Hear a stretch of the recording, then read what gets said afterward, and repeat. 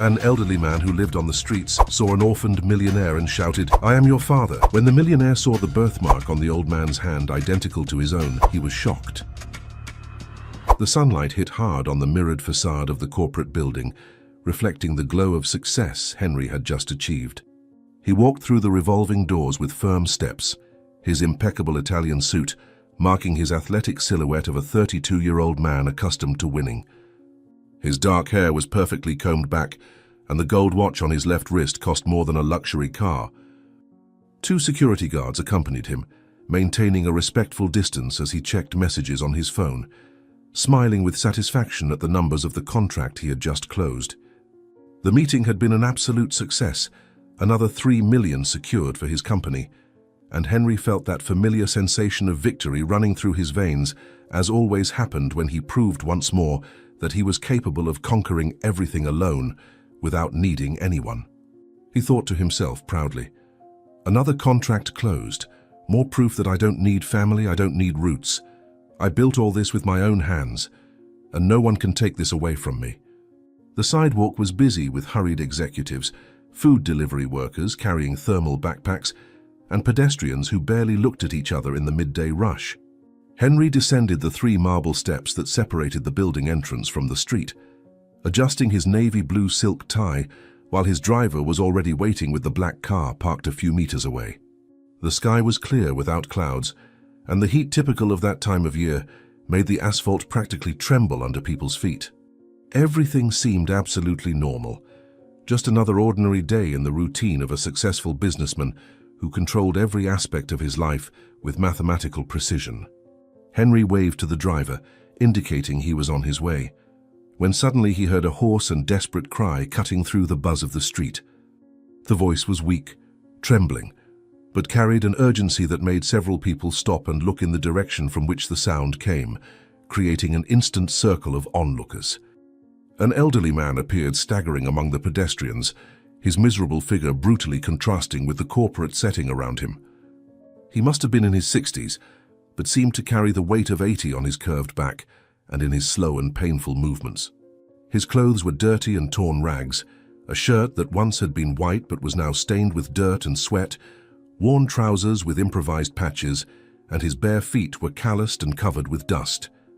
His face was marked with deep wrinkles, his graying beard was disheveled and dirty, and his brown eyes shone with a strange mixture of desperation and determination.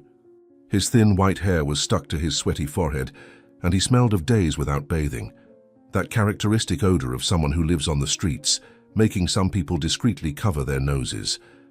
He moved straight toward Henry, ignoring the security guards. His thin arms stretched forward as if begging for something, and when he got close enough, his legs weakened and he literally threw himself at the businessman's feet, grabbing the hem of the expensive suit pants with trembling and dirty hands. His voice came out in a hoarse and emotional cry that echoed across the entire sidewalk. "I am your father. Henry, my son, I am your father. Please listen to me." Henry took an instinctive step back, his handsome face contorting into an expression of absolute disgust and disbelief. He looked at the old man as if looking at something repugnant that needed to be removed immediately from his presence, his entire body recoiling with revulsion. The security guards reacted instantly, advancing to pull the old man away from Henry's pants, grabbing the elderly man's thin arms with professional firmness. People around began to form a larger circle, some taking out their phones to film the unusual scene, others just watching with morbid curiosity this embarrassing moment. Henry felt the blood rise to his face, a mixture of anger and humiliation at being touched by a beggar in broad daylight, in front of his building, where all his partners and clients could see him. He cleaned the hem of his pants with his hand in an automatic gesture of repulsion, his voice coming out cold and sharp as a blade. "Get this man out of here immediately. I don't know who this lunatic is, but he has nothing to do with me. Remove him before I call the police." But Victor, the elderly man, fought against the grip of the security guards with surprising strength for someone so fragile, his brown eyes fixed on Henry's face with desperate intensity.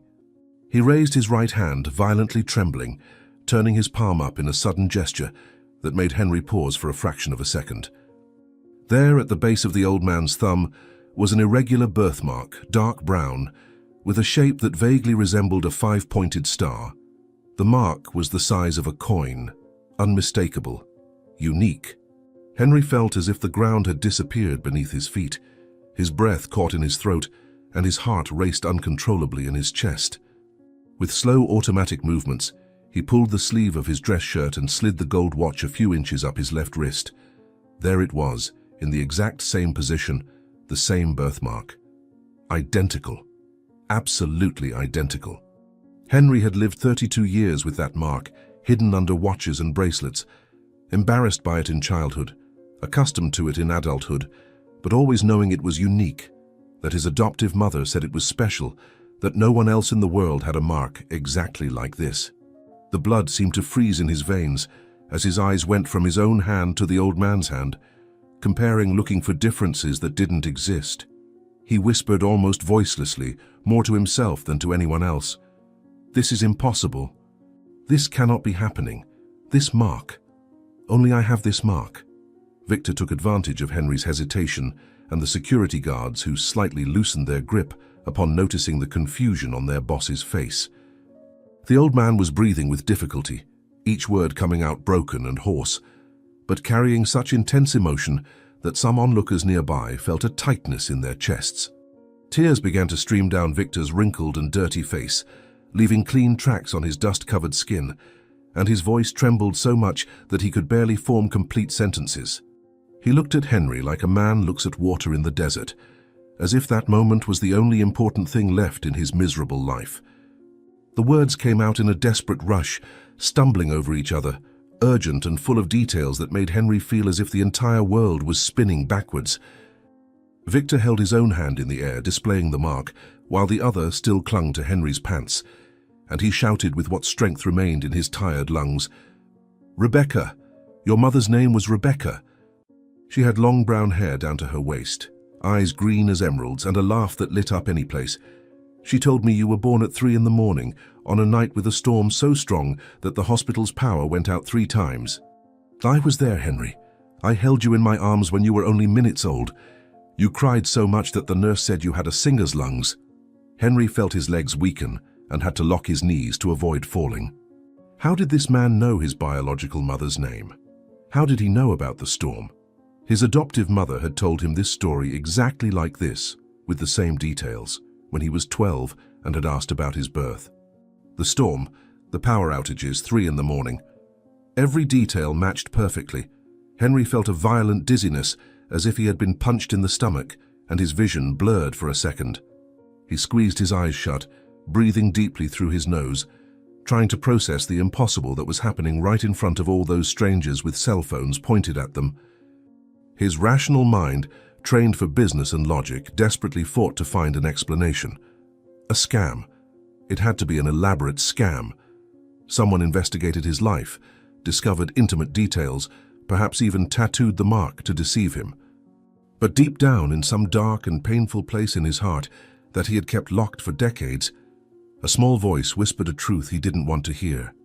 He shook his head violently, refusing to believe, and his voice came out louder than he intended, almost a cry of denial. "You know nothing. You're a liar. Anyone could have discovered this information. Anyone could have made a tattoo. You are not my father. My father abandoned me when I was a baby and is probably dead for years." The security guards looked at Henry, waiting for clear orders, but he was clearly in shock, standing there with his watch still pulled up, the birthmark exposed, his wide eyes fixed on the old man. Victor felt he was losing Henry, that the businessman was building mental walls to protect himself from the truth, and the old man's desperation increased exponentially. He released Henry's pants and brought both hands to his own chest, lightly pounding there, as if he wanted to tear out his heart to show his son. His tears fell freely now, wetting his dirty beard, and he began to speak faster, throwing details after details in the desperate hope that something would make Henry believe, that something would touch deep enough to break that armor of cold, successful businessmen.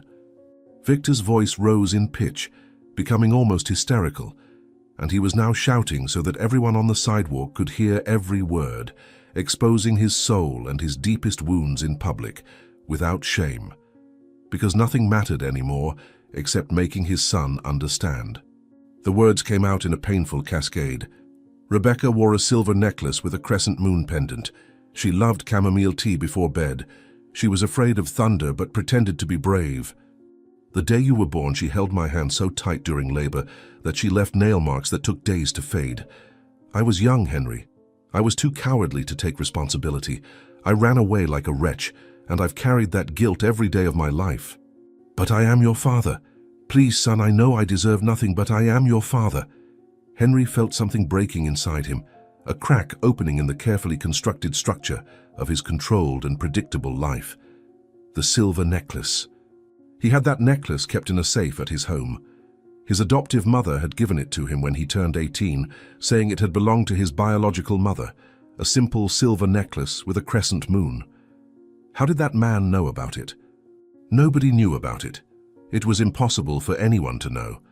Henry felt tears burning behind his eyes and fought fiercely against them, clenching his fists until his nails dug into his palms. He didn't cry. He never cried. Especially not in public, surrounded by strangers filming in front of his building, where his reputation was everything. But the tears came anyway, treacherous and hot, running down his cheeks as he stood still, frozen, looking at that miserable man who claimed to be his father. Victor, seeing the tears on Henry's face, extended his trembling arms, wanting to embrace his son, but before he could take a step, his own legs gave way. The old man had spent all his energy on that emotional confrontation, and his fragile, sick body simply gave up. His eyes rolled slightly, showing the whites, and he fell forward like a rag doll, collapsing directly into Henry's arms, who caught him out of pure instinct, quickly bending down to break the fall. He thought in terror as he held the too light body of the old man, "He is dying, here in my arms, he is dying. And what if he really is my father? What if I lose the only chance I'll ever have to know him?" The weight of Victor's body was almost nothing, like holding a child, and Henry felt horror run down his spine as he realized how thin and weak that man was. He was extremely thin and weak, his body showing clear signs of years living in difficult conditions. Victor was unconscious, his head fallen back, mouth slightly open, and Henry placed his trembling fingers on the wrinkled neck, looking for a pulse. It was there, but weak, irregular, almost imperceptible. Panic took over Henry in a way he had never experienced in his entire controlled life. He had faced business crises, lost million-dollar contracts, survived sabotage attempts, but nothing, absolutely nothing, compared to the terror he felt at that moment, holding a dying man who could be his father. Around them, the sidewalk had turned into a real spectacle, with at least 20 people openly filming, others commenting loudly, some making calls probably to friends telling about the drama they were witnessing live. Henry raised his face and shouted in a strangled voice, authoritative but desperate at the same time, addressing everyone and no one. "Someone call an ambulance, quick! This man is unwell. He needs medical help now." One of the security guards, a tall 35-year-old man with a professional and cold expression, approached quickly, kneeling beside Henry. He observed the unconscious elderly man with a clinical look, quickly checking the basic vital signs he had learned in first aid training. His voice was low and practical, trying not to further alarm his boss, who was visibly in shock, but he needed a quick decision on how to proceed with that complicated situation, potentially dangerous to Henry's image. The security guard looked around, seeing all those cell phone cameras pointed, mentally calculating the damage this would cause on social media in the coming hours, and then turned his eyes to Henry, waiting for clear instructions. He knew his job was to protect Henry, even from situations that could tarnish his reputation, so he asked the question he deemed necessary, even if it sounded harsh under the circumstances. His voice came out low but firm, almost a whisper so only Henry could hear. "Mr. Henry, this man is very weak and needs urgent medical attention. However, I need your decision now. Do we call an ambulance that will take him to the public hospital? Or would you prefer to take him directly to a private hospital? Without insurance, public care can be complicated. I need to know how to proceed because people are filming everything, and tomorrow this will be everywhere." Henry looked at the people around, saw the cell phones pointed like weapons, saw the curious and judgmental faces, and felt humiliation burn his skin like fire. All his life he had worked obsessively to build an impeccable image. The orphan who succeeded alone, The brilliant and successful businessman, the man who needed no one. And now, in a matter of minutes, everything was crumbling. Tomorrow his face would be spread across the internet, embracing a homeless man on the steps of his own corporate building. The partners would question his leadership ability. Clients would doubt his stability. His fiancée, Susan, the ambitious and calculating lawyer who valued appearances above all else, would probably have a fit when she saw it. It would be so easy to simply let the old man be taken to the public system, to disappear from that situation, pretend nothing had happened, say he was a scammer, and continue with his perfectly organized life. But then Henry looked down at Victor's pale, wrinkled face unconscious in his arms, at that birthmark identical to his own, and felt something definitely breaking inside him. He didn't know if this man was telling the truth. He didn't know if he could trust anything he had heard. But he knew with absolute certainty that if he let Victor be taken away now, he would spend the rest of his life wondering. And he knew, looking at that fragile and cold body, that there might not be time for questions later. The decision came from somewhere deep that Henry didn't even know existed within him, a place that held the pain of the orphan boy who never knew his father, who cried whole nights wondering why he wasn't enough to be loved, who built emotional walls so high that even he couldn't climb them anymore. And now, perhaps, just perhaps, he had a chance to find answers.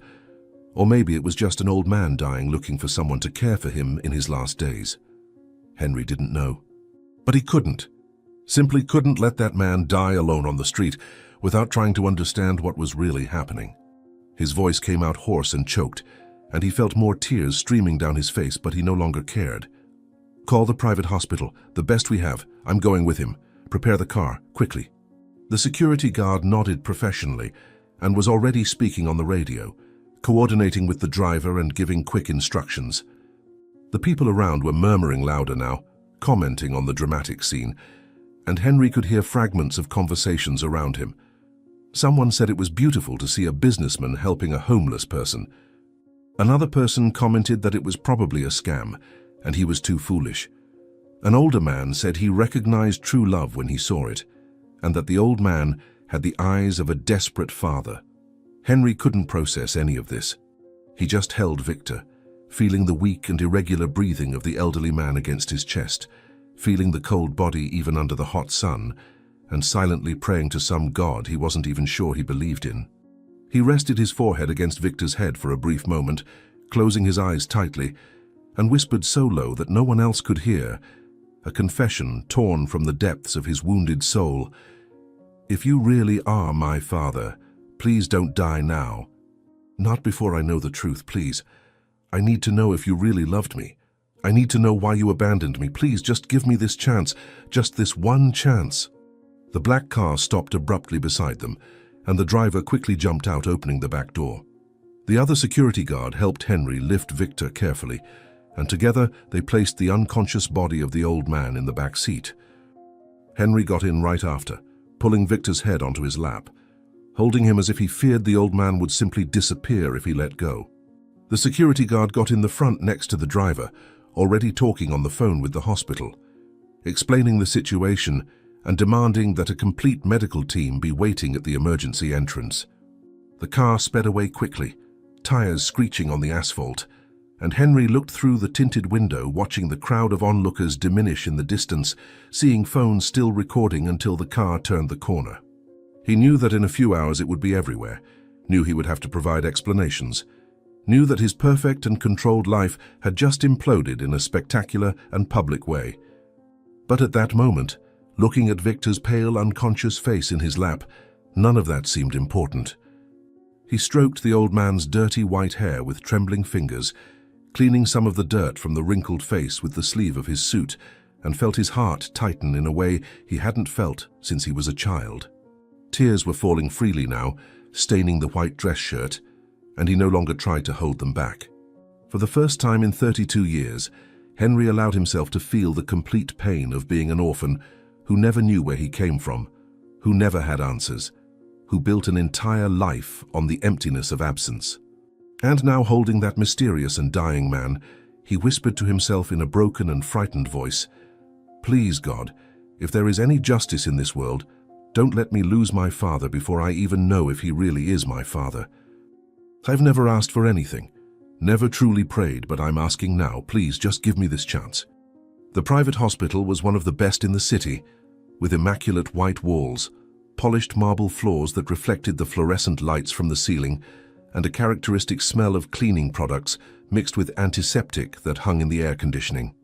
Henry had demanded the best private room available, a spacious area on the 12th floor, with a view of the illuminated city below, equipped with all the latest medical devices and decoration that looked more like a luxury hotel room than a hospital environment. The medical team had received Victor with professional efficiency, asking quick questions to Henry, while transferring the unconscious elderly man to a stretcher and taking him directly for emergency exams. Now, as night fell heavily over the city and the lights of buildings began to turn on outside, Victor was lying on the tall hospital bed, connected to transparent tubes dripping serum into his thin veins, with electrodes attached to his chest, monitoring the irregular heartbeats that appeared as green lines on the monitor beside him. His face was cleaner now, washed by the nurses, revealing features that might once have been handsome but were now marked by the suffering of someone who lived on the streets for too long. The doctors had given him a strong sedative to keep him stable while waiting for the test results, and Victor slept deeply, his slow and heavy breathing echoing softly in the silence of the room.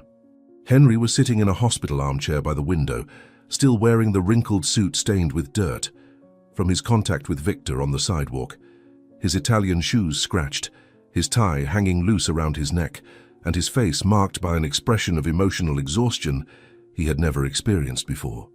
He whispered to himself, staring at the sleeping Victor, "Who are you really? And why does my heart insist you're telling the truth when my head screams that this could be a lie?" Henry had requested absolute confidentiality from the entire hospital staff, threatening to sue any employee who leaked information about Victor or about his presence there. But he knew it was a matter of time until someone discovered it, and the story spread even more through social media. His cell phone wouldn't stop vibrating in his pocket, with messages and calls from partners, clients, journalists, all wanting to know details about the viral video of the successful businessman hugging a homeless man on the sidewalk. Henry had turned off his phone after reading some cruel messages, speculating about his mental health and his fitness to lead the company. The room was silent except for the rhythmic sound of the medical devices and Victor's breathing, and Henry found himself observing every detail of the old man's face, looking for similarities between them that went beyond the birthmark. The shape of the forehead was similar, the contour of the jaw had the same angle, the thin lips were almost identical to his own. Doubt was corroding him from inside like acid, making his stomach turn with growing anxiety with each minute that passed in that silent room. He thought anguishedly, gripping the arms of the chair until his fingers hurt. "I built my entire life being rational, trusting facts and evidence. But now I need to trust my instinct, and I don't know if I can do that without going completely mad." In the corner of the room, leaning against the wall near the door, was an old torn backpack that security guards had brought from the car, along with Victor. It was all the old man owned in the world, his only material possessions, and the backpack was dirty, with mold stains in some places, the zipper half broken and tied with a string to keep it from opening. Henry had been looking at that backpack for the last hour, debating internally whether he had the right to search through Victor's things without permission. Curiosity finally won, fueled by the desperation to understand what was happening. Henry rose from the armchair with slow movements, his legs heavy, and walked to the backpack with hesitant steps. He knelt on the cold hospital floor, his hands visibly trembling as he pulled the makeshift zipper and opened the backpack, feeling a strange mixture of guilt and urgency.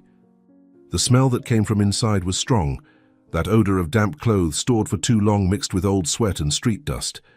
But Henry took a deep breath and began to remove the items from inside, placing them carefully on the floor beside him. There were old clothes worn beyond recognition, a thin coat that would barely serve to warm anyone, a small and rough towel, a piece of soap wrapped in newspaper. Items that told the story of a life reduced to the bare minimum for survival. Henry felt his chest tighten, imagining Victor living with so little, sleeping on sidewalks, suffering cold and hunger. He muttered to himself in a choked voice, feeling tears burning behind his eyes. "If he really is my father, how did he end up like this? What happened in his life that destroyed him so much?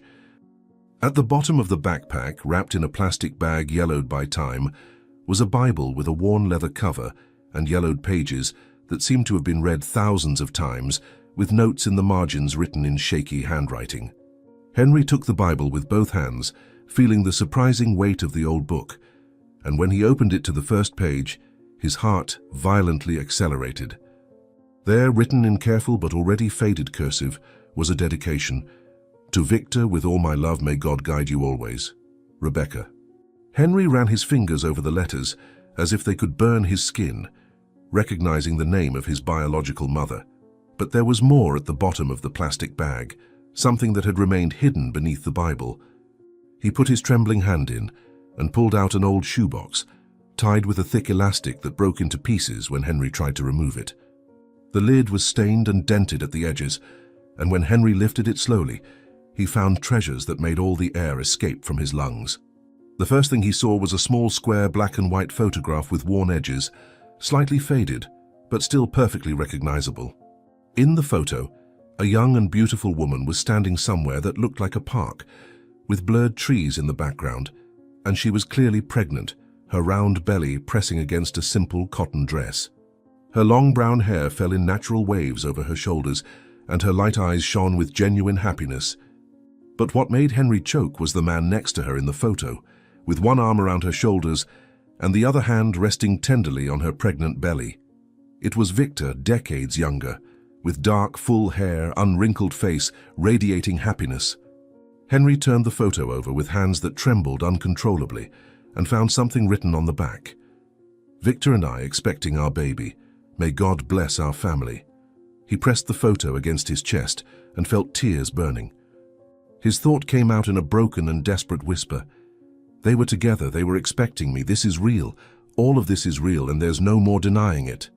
Henry carefully placed the photo on the floor beside him and turned his attention to the rest of the contents of the box. There was a bundle of letters yellowed by time, all written on cheap notebook paper, folded and refolded so many times that the crease marks were permanently engraved on the thin sheets.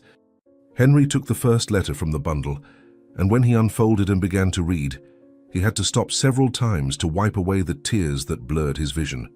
The handwriting was feminine, careful and beautiful, and the words were so full of love that they physically hurt. "My dear Victor," the letter began, "today I felt our baby kick for the first time. It was the most incredible feeling in the world. I put your hand on my belly last night and you felt it too. I saw tears in your eyes. I know you're scared of the responsibility. I am too. But I don't care about money. I love you. And we will raise our child together. Love is enough.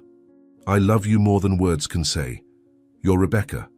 Henry read that letter 3 times in a row, memorizing every word, trying to imagine his mother young and pregnant, writing it full of hope. He picked up another letter and then another, reading in sequence, documenting the months of pregnancy. Rebecca wrote about how she had chosen the name Henry, about their plans to rent a small apartment, about how Victor worked to save money. Each letter breathed genuine love and unwavering hope for a happy future together as a family. But then the letters stopped abruptly without explanation, and Henry felt an emptiness in his chest as he realized that the last one had been written shortly before his birth. He muttered with a hoarse and bitter voice, holding the letters against his chest as if they were fragile treasures. "What happened after this letter? What made you disappear from our lives?" But there was one more thing in the box, carefully wrapped in yellowed tissue paper that crumbled to the touch. Henry picked up the small package with reverence, feeling something soft inside, and when he slowly opened it, a loud sob escaped his throat, echoing in the silent room. It was a baby shoe, tiny, made of soft light blue fabric now faded, with simple white star embroidery. The shoe had clear signs of use, with small stains on the soles and the ankle elastic slightly stretched. Henry recognized that shoe instantly with absolute certainty. He had seen it in old photographs that his adoptive mother kept, photos from when Henry was a newborn in the orphanage before being adopted. Victor had kept this for decades, living on the streets, enduring cold, hunger, suffering all kinds of humiliation and hardship. He had carried with him that little shoe, those love letters from Rebecca, that photo of the 3 together. He hadn't sold anything, hadn't thrown anything away. He had carried those memories like treasures, protecting them against rain and time and the misery of his life. Henry broke down completely, falling to his knees on the cold hospital floor, pressing the shoe against his chest, and cried in a way he hadn't cried since childhood. His shoulders shook with violent sobs, tears falling uncontrollably, and he no longer cared about appearances or dignity. He whispered between sobs, talking to the little shoe as if speaking to the baby he once was. "You never forgot me. You carried this with you all these years. But where were you? Why did it take so long to come back?" The door to the room opened with a sudden noise that made Henry freeze on the floor. He quickly turned his head, and who entered was Susan, his fiancée, and the expression on her face was of pure fury that made the air in the room seem colder. Susan was a tall, thin woman with perfectly straightened blonde hair, impeccable makeup even at that hour of the night, wearing a grey pants and blazer set that screamed professionalism. She was a corporate lawyer, known for her coldness in negotiations and her limitless ambition. Her light blue eyes were as hard as ice as they surveyed the room, assessing the situation with the precision of a lawyer building a case. She saw Henry kneeling on the floor surrounded by a homeless man's belongings, saw the tears on his face, saw the old man sleeping connected to expensive machines, and her mouth contorted in absolute disgust. Susan didn't fully enter the room, staying at the door as if afraid of being contaminated, and when she spoke, her voice came out low but sharp as a blade. "So it's true. When I saw those horrible videos on social media, I thought it was some kind of misunderstanding, but no. You really brought this man to an expensive private hospital, and now you're there on the floor crying while going through his filthy things. Have you completely lost your mind, Henry?" Henry wiped his face with the back of his hand, trying to regain some composure, but it was impossible after everything he had discovered. He stood up from the floor with slow movements, still holding the baby shoe in one hand and the photo in the other, and faced Susan with eyes that still shone with tears. He knew he must look like a complete disaster, but he couldn't care about appearances at that moment, when his entire world had been turned upside down. Henry extended the photo toward her with a trembling hand. "Susan, you need to understand. I found evidence, real evidence. This man, Victor, he really knew my biological mother. Look at this photo. This is my mother pregnant with me, and he is with her, and there are letters she wrote during the pregnancy. And this shoe was mine when I was a baby. He kept all of this while living on the streets. This means something." But Susan didn't move to look at the photo that Henry extended. She let out a short, bitter laugh that had no humor, only pure disdain, and shook her head, making her blonde hair swing perfectly. She took 2 steps into the room, but still kept her distance from Henry, and all of Victor's belongings scattered on the floor. "Are you really that naive, Henry? Any moderately intelligent conman could have researched your life, discovered details about your background, obtained old photos of your mother, bought vintage objects that look authentic, and even gotten a permanent tattoo to match your birthmark. Professional scammers do much more elaborate things than this for far less money than you have. This man may have studied you obsessively, waiting for the perfect moment to appear with this tearful story, knowing exactly which emotional strings to pull to manipulate a needy orphan. Don't you see that's exactly what he's doing? He caught you at your weakest point, and now he's exploiting it to get money and expensive medical care. And you're letting him do it because you're emotionally too weak to see the obvious truth right in front of you." Henry shook his head slowly, refusing to accept Susan's cynical version. "No, Susan, you weren't there on the sidewalk. You didn't hear how he spoke, didn't see his eyes. And these letters, this photo, this little shoe, it's all too old, too authentic. And the birthmark is exactly identical. The simplest explanation is that he's telling the truth. He is my father." Susan let out another scornful sound, her eyes growing even colder. "Fine, Henry, let's say you're right. Let's say he really is your biological father. Then do you know what that means? It means it's even worse than a scam. Because if he really is your blood father, then he's the man who abandoned you when you were just a few months old. He's the coward who left a woman alone with a baby, who disappeared when you needed him most, who never came back, never tried to find out if you were alive or dead. He abandoned you, Henry. He threw you away and went on with his miserable life, and now when he's old, sick and dying, when he has no one else in the world to take care of him, That's when he decides to show up with this dramatic story of remorse. How convenient. He comes back exactly when he needs you, not when you needed him. And you're letting this man into your life? You're giving him the comfort he never gave you? He deserves nothing from you. He deserves to die exactly as he lived. Henry felt as if Susan had just repeatedly punched him with each cruel word. Everything she said echoed thoughts he had himself, questions that gnawed at his mind. But something in Henry violently rebelled against the absolute cruelty in Susan's words, against the total lack of compassion in her voice, against the idea that a human being deserved to die alone and abandoned without any chance of redemption. Henry firmly removed Susan's hand from his arm. "No, Susan, I need to hear his story, not tomorrow, but now. Because if I don't listen, I'll regret it for the rest of my life. I've spent my entire life not knowing where I came from. And now I have someone who can answer those questions, so I'm going to stay here. I'm going to listen to what he has to say. But it's my decision, not yours." Susan recoiled as if Henry had slapped her face, her blue eyes widening with genuine shock. "Fine, I see now how things really are. You're choosing this bum instead of listening to reason. You're throwing away everything you've built. Great. It's your choice, but don't expect me to stay here watching you destroy yourself, so I'll make you a one-time offer." Susan grabbed her purse and turned her back to Henry. "If you choose to stay here with this dying bum instead of coming with me now, then I walk out that door and never come back. The engagement ends here today. There won't be a second chance. It's over. You decide now, Henry, me or him." Henry stood completely still, feeling as if the floor was disappearing. He looked at Susan, then at Victor in the bed, then back at Susan. The silence in the room was absolute. Henry felt cold sweat dripping, his breathing accelerated. But then the door to the room opened again. A doctor entered, a man in his early 50s with grey hair, an immaculate white coat, and an expression on his face that meant bad news. The doctor was holding a folder with papers and test results. "Mr. Henry, we need to talk about Mr. Victor's test results. It's very serious, very grave." Victor, who had been quiet, listening to everything, felt absolute panic. He tried to sit up in bed. "No, please, doctor, speak in front of me. I need to hear. I have the right to know, and Henry needs to know too. I already know I'm dying.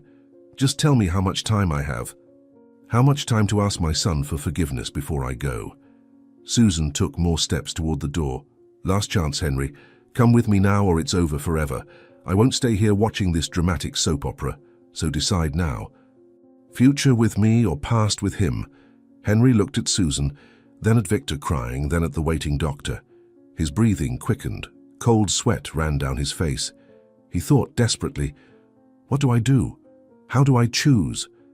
The next morning arrived without Henry having slept even a minute during the endless night at the hospital. He had sat in that uncomfortable armchair next to Victor's bed, watching the old man sleep sedated, listening to the regular beeps of the heart monitors and trying to process everything he had discovered in the past few hours. Sunlight was beginning to enter through the large windows of the room, illuminating the city below that was waking up to another normal day, while Henry's life was falling apart in ways he could never have imagined. Susan had left the hospital the night before without saying another word after the ultimatum she had given, and Henry hadn't gone after her, hadn't called, hadn't tried to explain. He had simply let her walk away because at that moment, for the first time in 2 years of their relationship, he had realized with painful clarity that Susan had never really cared about him as a person, only about what he represented as a business partner and symbol of social status. The nurses entered and left the room at regular intervals throughout the night, checking Victor's vital signs, adjusting the IV, writing information on clipboards, and they all looked at Henry with a barely disguised mixture of curiosity and pity. Around 7 in the morning, one of the doctors who had attended Victor in the emergency room appeared at the door with a serious and professional expression, holding a thick folder with test results, and asked Henry to accompany him to the medical office on the lower floor to talk privately about the diagnosis that had been confirmed during the night. Henry got up from the armchair with his entire body aching from having spent hours in the same position, his back complaining, his eyes burning with tiredness, and followed the doctor through the white and silent corridors with slow and apprehensive steps. He thought as he walked, I finally found my father, and now I'm going to discover that I'll lose him before I even really get to know him. The medical office was small and functional, with walls painted in a light beige tone, a dark wooden desk covered with papers and medical files, 2 upholstered chairs for visitors, and framed diplomas hanging on the walls. The doctor, who had introduced himself as Dr. Harrison the night before, was a man who appeared to be in his 50s, with well-cut greying hair, thin-framed glasses, and that expression of permanent weariness that health professionals develop after decades of dealing with human suffering daily.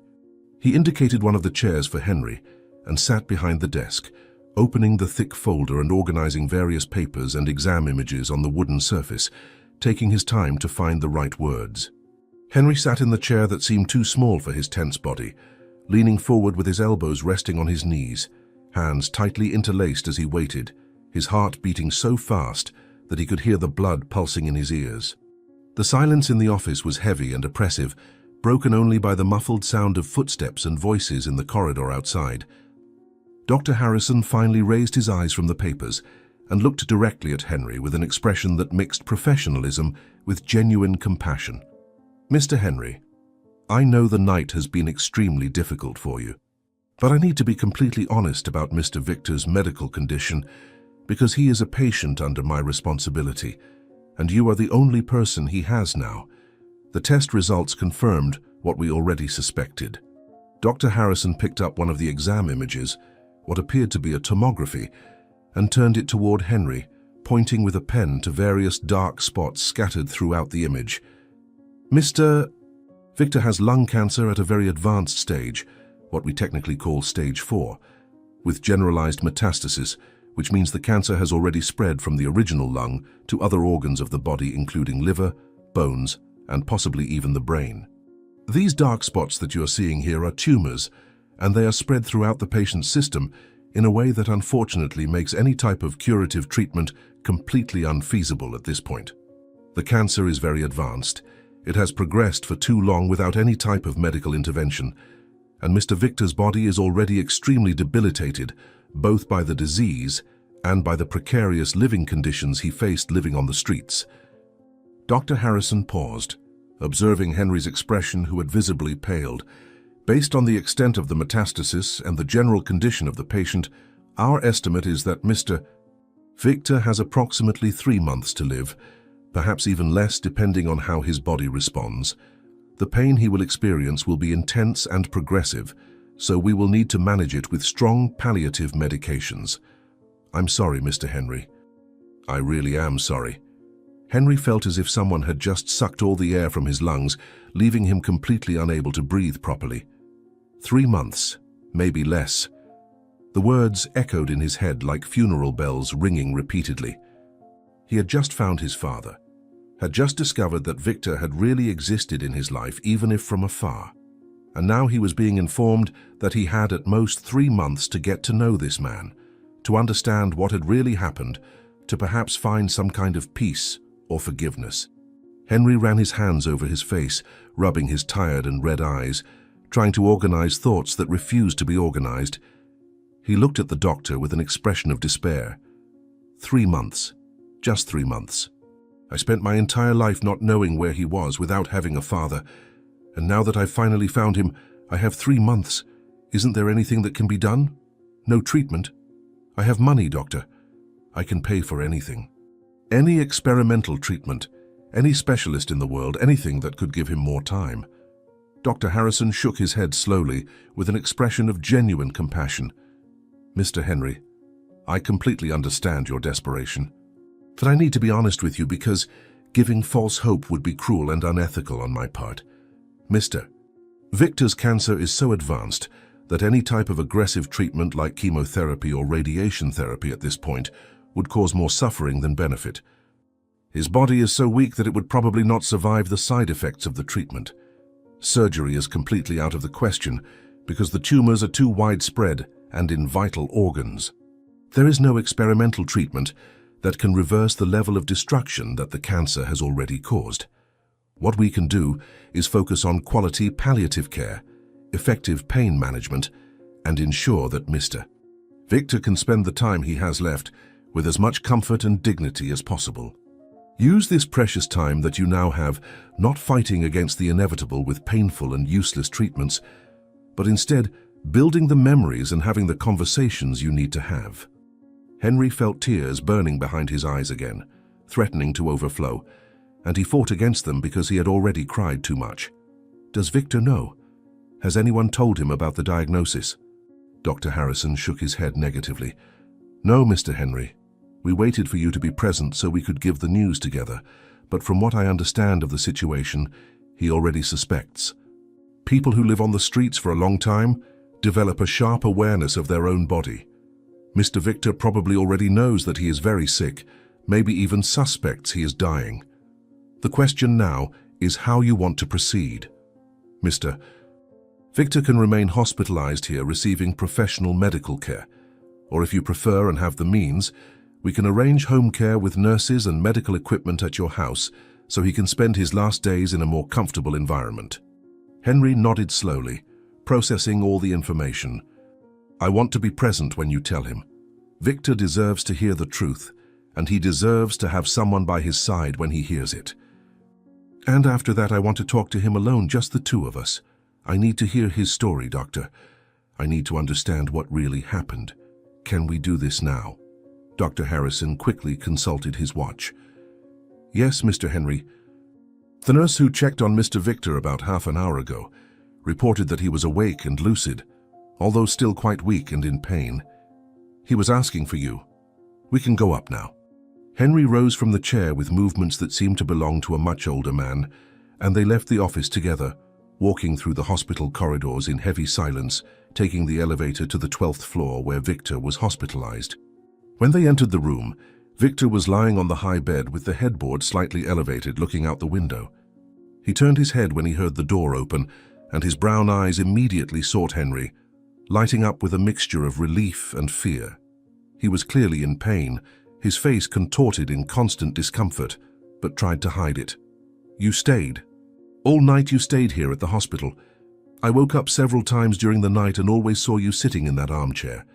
Thank you, son. Thank you for not abandoning me as I abandoned you. Henry walked to the bed with slow steps and stopped beside it, looking down at the fragile and broken man who was his father.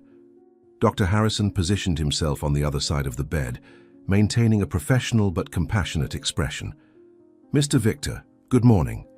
How are you feeling this morning?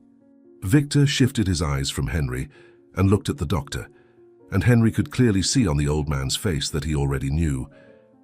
I know I'm not well, doctor. I know I'm dying. I've felt my body failing for months. The pain has been increasing, breathing gets more difficult. I know how to recognize when death is knocking at the door. Just tell me how much time I have. Dr. Harrison nodded respectfully. You are correct, Mr. Victor. The tests confirmed that you have lung cancer at a very advanced stage with widespread metastasis. The cancer has spread to other organs and unfortunately is beyond any possibility of curative treatment. Our estimate is that you have approximately 3 months to live, possibly less. The pain will progressively increase, but we will do everything in our power to manage it with appropriate medications. I'm sorry, Mr. Victor. Victor closed his eyes for a long moment, and Henry saw tears begin to flow from the old man's temples, sliding down the deep creases of his wrinkled face and falling onto the white pillow. But when Victor opened his eyes again, there was a calm acceptance mixed with despair. 3 months, it's more than I deserved. It's more time than I thought I would have. Thank you for telling me the truth, Doctor. Then Victor turned his head toward Henry, and his expression changed to something that was pure desperation, mixed with fragile hope. Henry, my son, I know I have no right to ask anything of you, but I'll ask anyway because I'm selfish as I've always been. These 3 months I have left, I wanted to spend getting to know you. It doesn't have to be every day. It doesn't have to be all the time. I know you have your life. But maybe you could let me tell my story. Let me explain what really happened. Let me try to make you understand that I always loved you, even though I failed as a father. Please, Henry. Please give me this chance. Henry felt his self-control finally shatter in the face of the desperate appeal. Tears burst from his eyes, and a loud sob escaped his throat. He no longer cared that the doctor was watching. Henry leaned over the bed rail and took Victor's thin hand between his own hands. I don't know if I can forgive Victor. I don't know if I'll ever be able to fully understand. But I want to hear. I need to hear the complete story. I deserve to know the truth. So yes, you can spend these 3 months getting to know your son, but I need one thing now. I need you to be completely honest with me. No lies, no embellishing the truth. I want to know everything. Can you promise me that? Victor squeezed Henry's hand with what strength remained in his trembling fingers. I promise, son. I swear by the memory of your mother whom I loved with every fiber of my being, I will tell you everything. Every detail, every mistake, every regret. You deserve that and much more. Dr. Harrison, realizing that this was an intensely private moment between father and son, discreetly headed for the door. I'll leave you two to talk in privacy. If you need anything, just call the nurse. I'll prepare the paperwork for hospital discharge in case you decide on home care. And with that, he quietly left. The silence that followed was heavy and loaded with raw emotions. Henry pulled the chair closer, sat down slowly and never let go of Victor's hand. He looked deeply into the old man's brown eyes and waited. Victor took several deep breaths, each breath painful and labored. I was too young when I met your mother, Henry. I was just a poor bricklayer working on a luxury residential building construction. I had no education beyond the basics. No family because my parents had died when I was a teenager. Nothing but the strength of my arms. Rebecca, your mother, she lived in one of the apartments in the building where I worked. She was from a rich family, very rich, the kind of family that had important surnames and expected their daughter to marry someone of the same social level. She was beautiful, Henry. Long brown hair that shone under the sun, green eyes that seemed to see into the soul, a smile that lit up any place, and she was kind, genuinely kind in a way rich people rarely are. She saw me. She talked to me when she passed by the construction site, treated me like a human being worthy of respect. And I, fool that I was, fell completely in love with her, knowing from the first moment that it was impossible, that she was light years above my social level. Victor paused to breathe, but miraculously, she also fell in love with me. She told me she was tired of the rich, arrogant men her family pushed toward her. We started meeting in secret because we knew her family would never approve. Hidden meetings after I finished my shift, walks in parks far from where someone might recognize her. And then Rebecca discovered she was pregnant, found out she was expecting you, and everything fell apart. Tears were flowing freely down Victor's face. Her family was furious when they found out. Furious doesn't describe half of the anger. They called me every horrible name. Said I was an opportunist, that I had intentionally gotten her pregnant to get money from the family. Said I was worthless, that I would never be able to support a family, that I would drag Rebecca into misery. And the most painful part is that deep in my heart I believed them. I looked at my calloused hands, at my cheap clothes, at my empty bank account, and believed when they said I wasn't good enough to be a father. Rebecca fought against her family. She shouted, cried, begged them to accept our relationship, but the family cut her off completely, said if she stayed with me, she would be disinherited, thrown out of the house, would lose everything. So Rebecca made the bravest decision anyone can make. She chose you and chose me instead of the family fortune. She took what little money she had managed to save secretly, cut all contact with her family, and ran away with me. We rented a tiny room in a poor neighborhood, and she never spoke to her parents again. She burned all bridges with her family for our sake. Victor sobbed loudly, and I, miserable coward that I was, panicked. I was afraid, Henry. Overwhelming fear. Fear of not being able to support you and your mother, fear of seeing you starve because of me, fear of being a failed father, and then I did the most horrible thing a man can do. I ran away. One night, a few weeks before you were born, when Rebecca already had a huge belly and was making plans for our future together, I simply took my few things and disappeared. I didn't leave a note, didn't give explanations, just fled like the coward I was. I took a bus to another city, found work at another construction site, tried to forget, but I never could forget. Not for one day. The guilt ate me alive, but I was too cowardly to return. Henry listened in absolute silence, tears streaming, feeling anger, pain, compassion fighting inside him. He whispered, "Continue. Tell me about when you tried to come back." Victor nodded. "It took years for me to gather the courage. You must have been about 5 when I finally returned to the city. I wanted to ask Rebecca for forgiveness, wanted to meet my son, wanted to make amends. But when I arrived at the small apartment where Rebecca lived, I found other people living there. I asked the neighbors about her, and that's when I discovered the worst news. Rebecca had died. Died when you were 5, they said it was a sudden illness. And you, my son, had been put up for adoption. No one could tell me where you were. I desperately searched for information, but Rebecca had cut all contact with her family years before, so they didn't even know you existed. She had died alone, poor, with no one, and you had gone into the adoption system without her rich family ever knowing of a grandson's existence. She had burned all bridges so completely that when she died there was no one from the family to claim you. You simply disappeared into the system." Victor continued desperately. "I searched, Henry. I swear I searched for you for years. I went to every orphanage, every adoption agency, trying to find out where you had gone. But I had no documents proving paternity, had no money for lawyers, had nothing. Nobody took me seriously. And eventually I gave up searching officially, but I never gave up hoping for you. I continued working for a few more years, but guilt and depression destroyed me. I started drinking, trying to numb the pain, lost jobs, lost my apartment, and ended up on the streets. I spent the last 15 years living on the streets, but even having nothing, I never threw away those letters Rebecca wrote, never threw away that photo, never threw away that little shoe. I carried these things through all those streets because they were the only proof I had that you really existed." Victor stopped, exhausted. "And then, about a year ago, I saw your picture in an old newspaper. An article about successful young entrepreneurs. My son, I recognized you by the birthmark. You were handsome, successful, and I was ashamed to appear in your life as a beggar. So I continued watching from afar. I read every article about you. I went to some of your lectures, staying in the back where you would never notice me. And then I started feeling the cancer symptoms, and I realized I was going to die without ever having the courage to talk to you. So yesterday, when I saw you leaving that building, something inside me broke through all the shame, and I ran to you shouting truths I had kept hidden, and miraculously, you didn't reject me.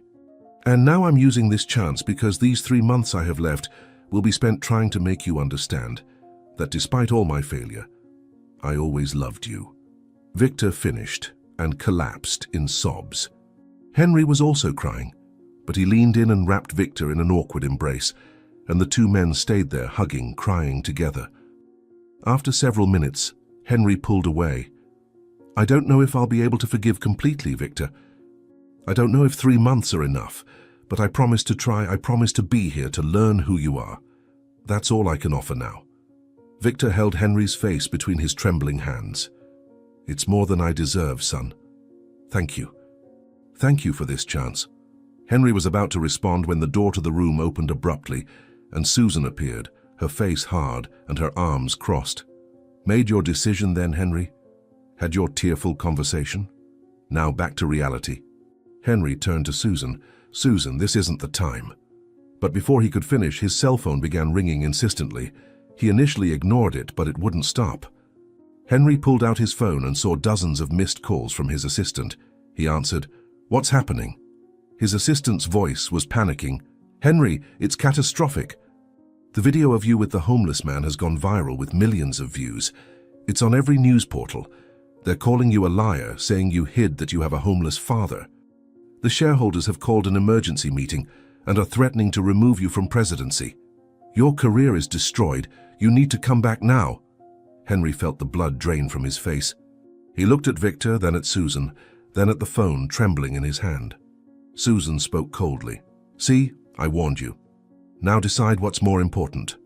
Henry felt his fingers loosen from shock, and the phone slipped from his hand, falling to the floor with a loud crash. The cell phone had fallen to the hospital room floor with a crash that seemed to echo for eternity, and Henry stood looking at the device as if it were a bomb about to explode and destroy everything that remained of his carefully constructed life. Susan was at the door with a barely disguised expression of satisfaction, as if she had predicted exactly that moment and was just waiting to say she had warned him. Victor remained in the hospital bed with tears silently running down his wrinkled face, looking at Henry with such a deep expression of guilt that he seemed to be physically crushed by its weight. Henry's assistant continued talking from the other end of the line, his voice coming through the fallen phone speaker, in growing panic, repeating that the shareholders were furious, that the media was destroying Henry's reputation, that he needed to return immediately to control the damage before it was too late. Henry slowly bent down, picked up the phone from the floor with visibly shaking hands, and brought the device to his ear with mechanical movements of someone operating on autopilot while his mind tried to process the catastrophe that was unfolding. His voice came out hoarse and tired when he finally managed to respond to the assistant who kept talking non-stop on the other end. "I understand. Tell the shareholders I'll be there in 2 hours. Schedule the meeting for 3 in the afternoon. And tell them to prepare everything, because this is going to be a conversation they will never forget." He hung up before the assistant could respond, put his phone in his pocket, and stood there in the middle of the room for a long moment, just breathing, trying to gather strength to face what lay ahead. He thought with a mixture of bitterness and determination. They want an answer. They'll get an answer, but it won't be the answer they're expecting. Not this time. Henry turned to Victor, who remained lying in bed looking at him with crushing guilt etched into every line of his suffering face. "I need to go resolve this, Victor. I need to go to the company and face the shareholders in person. But I'll be back. Are you hearing me? I'll be back. No matter what happens in that meeting, no matter what they say or do, I'll come back here when it's over. You won't be alone. I promise." Victor tried to speak, but the words came out choked with sobs, so he just nodded vigorously, gripping the white hospital sheets so tightly his knuckles turned white, clearly fighting the urge to beg Henry not to risk his career for a dying old man who didn't deserve such sacrifice. Henry leaned over the bed and quickly kissed Victor's wrinkled forehead, a spontaneous gesture of affection that surprised them both.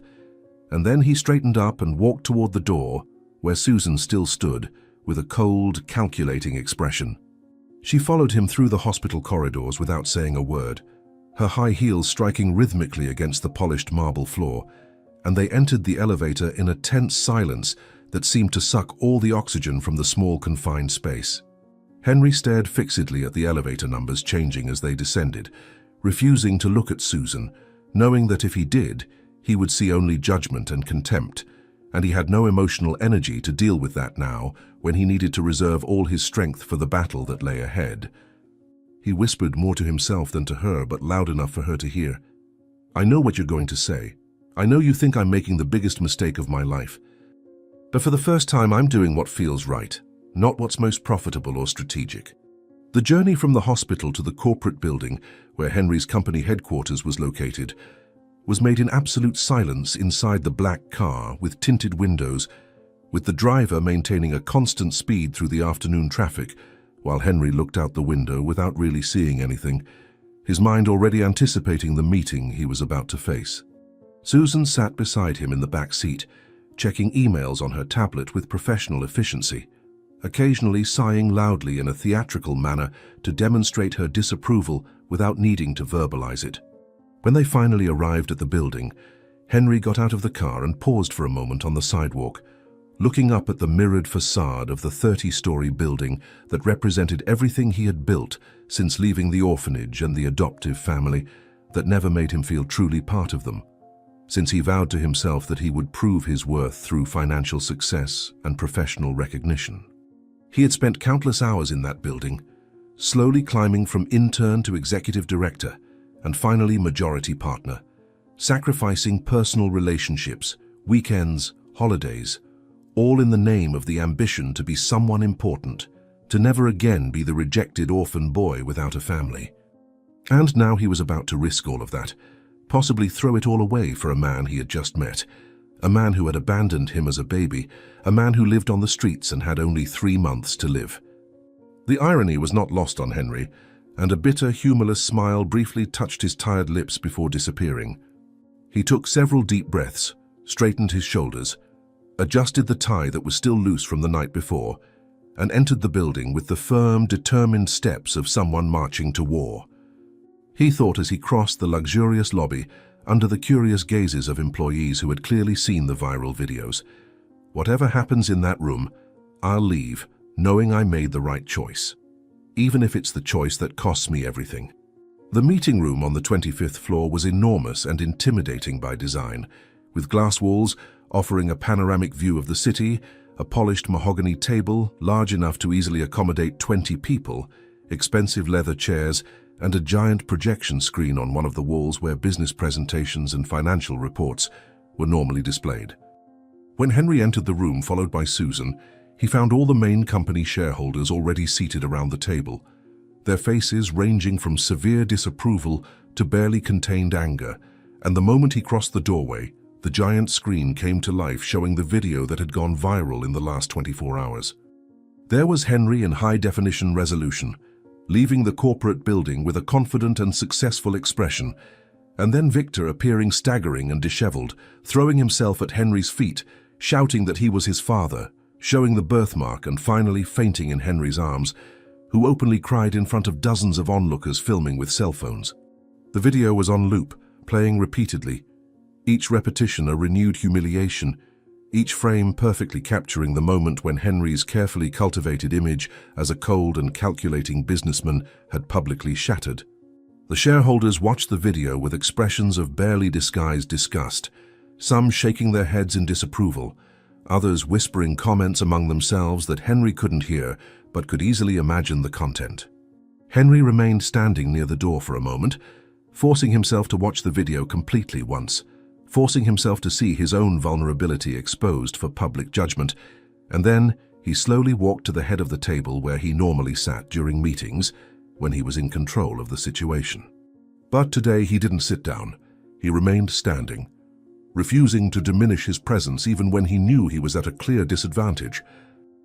He placed his hands on the polished mahogany of the table, looked directly at each shareholder individually, and waited in heavy silence for someone to begin the attack he knew was coming.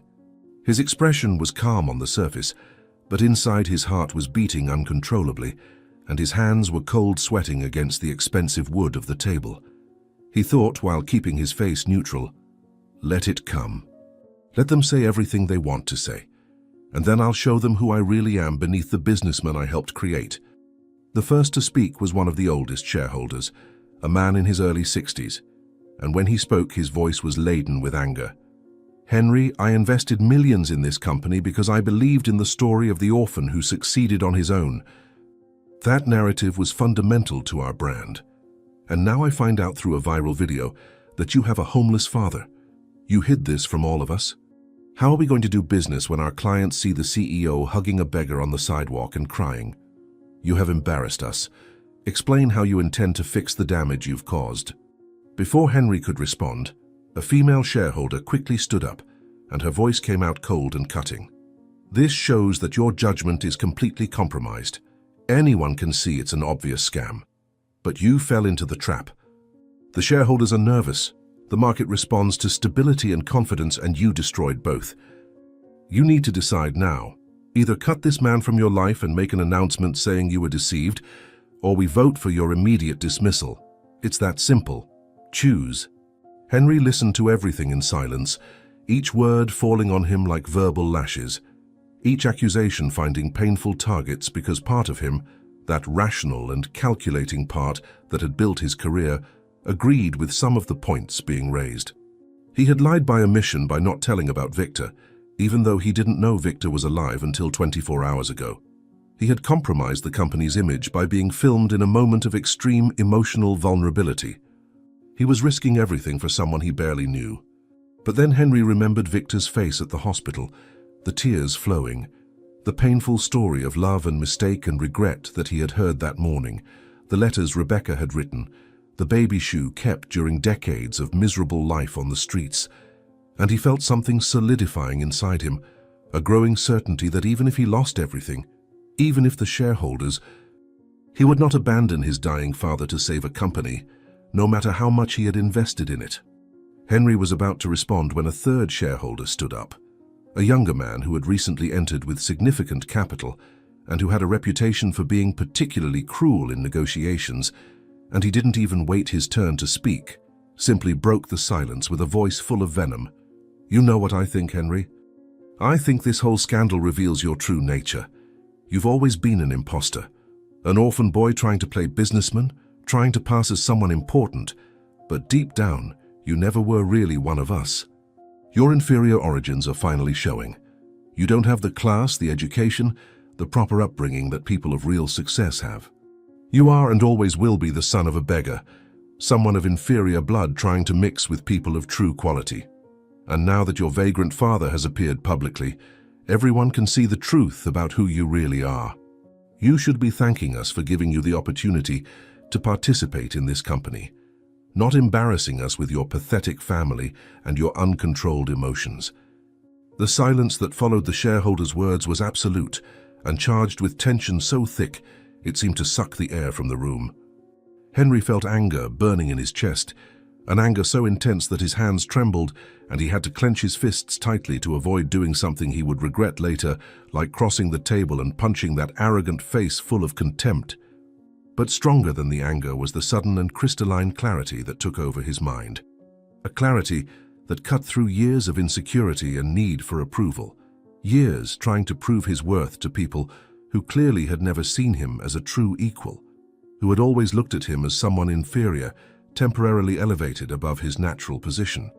Henry realized in that moment, with absolute certainty, that no matter how much success he had, how much money he made, how many contracts he closed, for people like those, he would always be just the orphan who got lucky, never truly worthy of respect. And he also realized that he no longer wanted to spend even one more second of his life trying to gain approval from people whose approval was worth absolutely nothing, because it came from hearts empty of compassion and basic humanity. He took several deep breaths, controlling the anger, transforming it into cold determination. And when he spoke, his voice came out surprisingly calm and firm, considering the whirlwind of emotions inside him. "Thank you. Thank you for finally saying out loud what clearly many of you have always thought but were too polite to verbalize. Thank you for showing me exactly who the people I've been working with all these years are." Susan, who had remained seated silently in one of the chairs beside the table during the entire discussion, chose that moment to stand up and walk until she was beside Henry, but not beside him in a gesture of support, beside him in a gesture of presentation like a lawyer presenting evidence in court. She placed a leather portfolio on the table, opened it with precise and efficient movements, and took out several perfectly organized documents, distributing copies to each shareholder, present with professional efficiency that she had perfected in years of legal practice.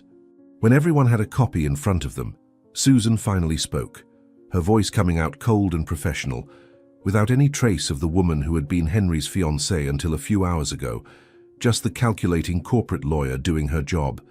"Ladies and gentlemen shareholders, I prepared this document in the past few hours after carefully analyzing the legal situation, and what I have here is a complete criminal complaint against the individual who identifies himself as Victor, formally accusing him of attempted extortion, fraud, and deception.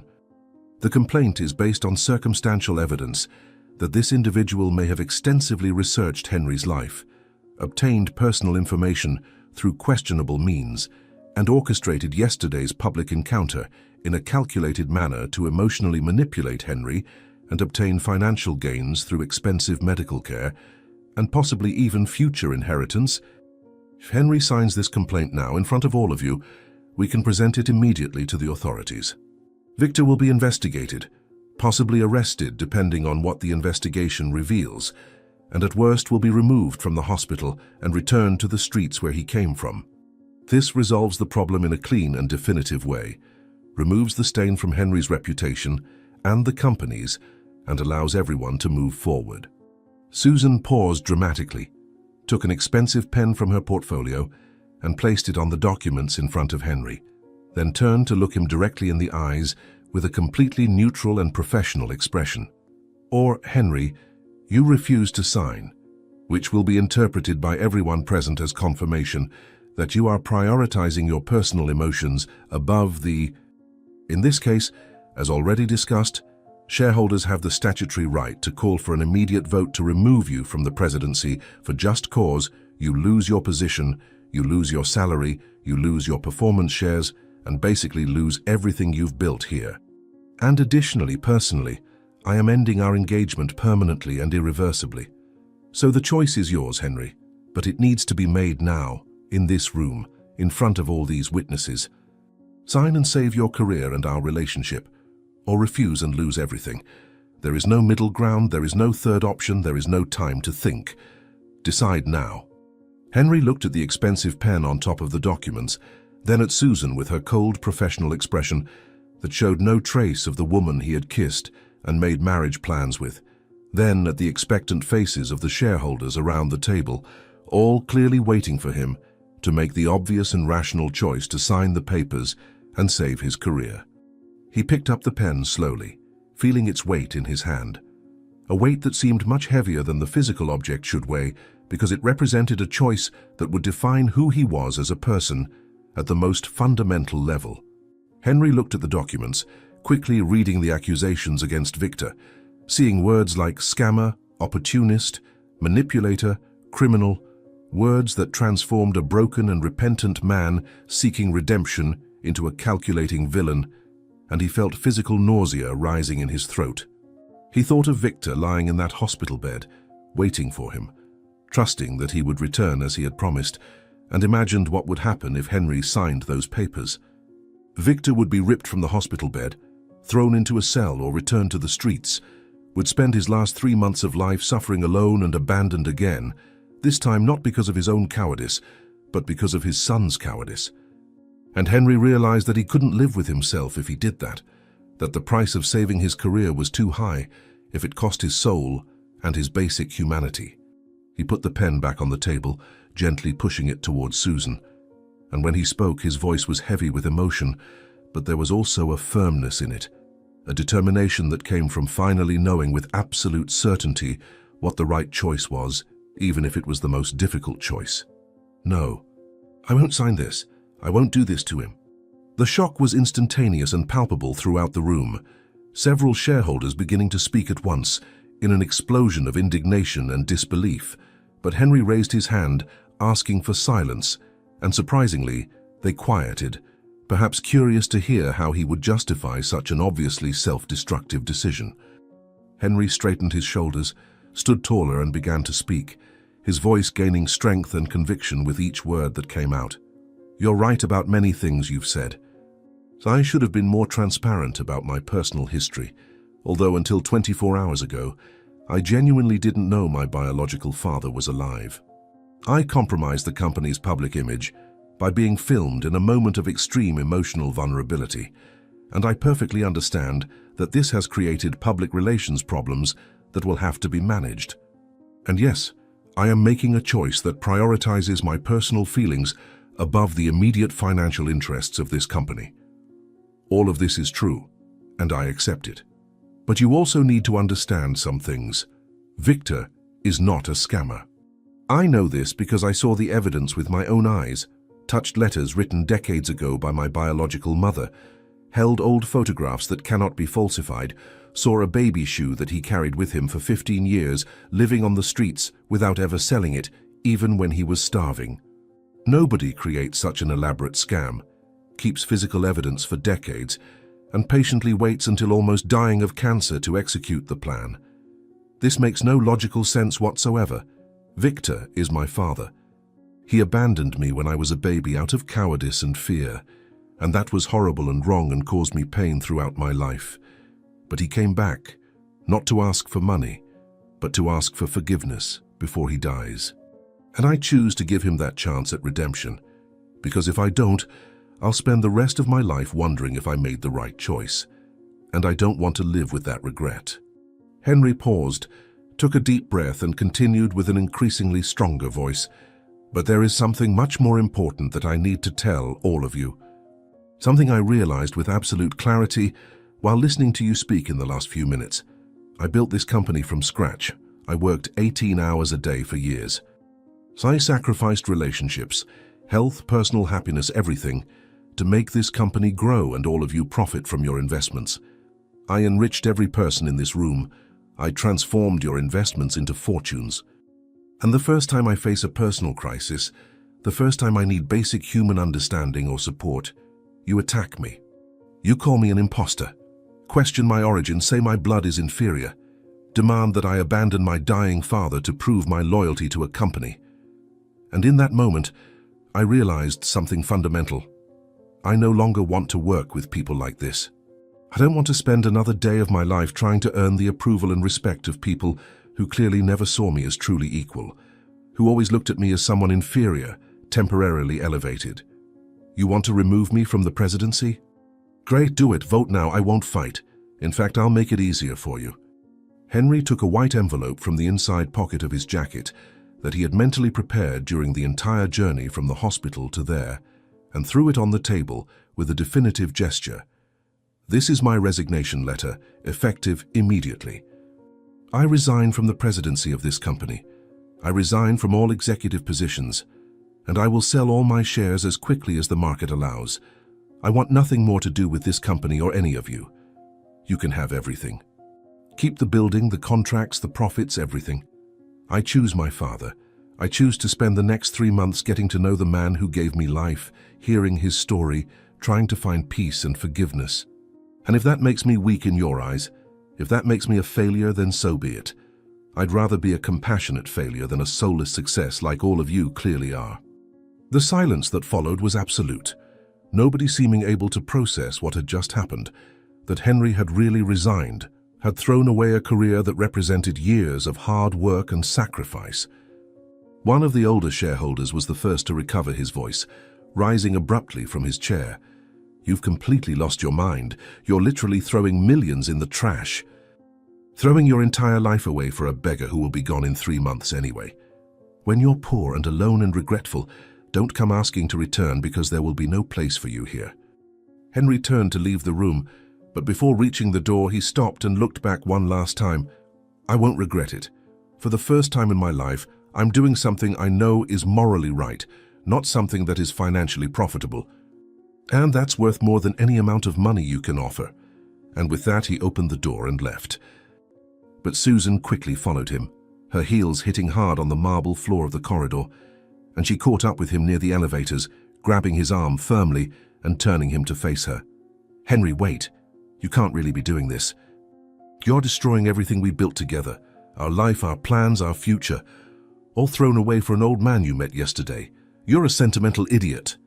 A weak, pathetic idiot who's throwing millions in the trash for a dying beggar who's worth absolutely nothing. I leave now and never come back. Last chance. Go back in there, sign those papers, save your career, and we can fix this together. Henry looked at Susan, really looked at her, at the woman he had planned to marry, and clearly saw for the first time who she really was beneath the beauty and professionalism. He saw someone incapable of genuine compassion, someone who valued money and status above any real human connection, someone who would never have stood by his side in difficult moments because she was only interested in the good and profitable moments. And he felt not sadness or regret, but relief at having discovered this now instead of after years of unhappy marriage. His voice came out calm and final when he answered, "Then go, Susan. Go now and don't look back. I don't need someone incapable of compassion by my side. I need someone who stays in the difficult moments, not just the easy ones. And you've made it very clear that you're not that person.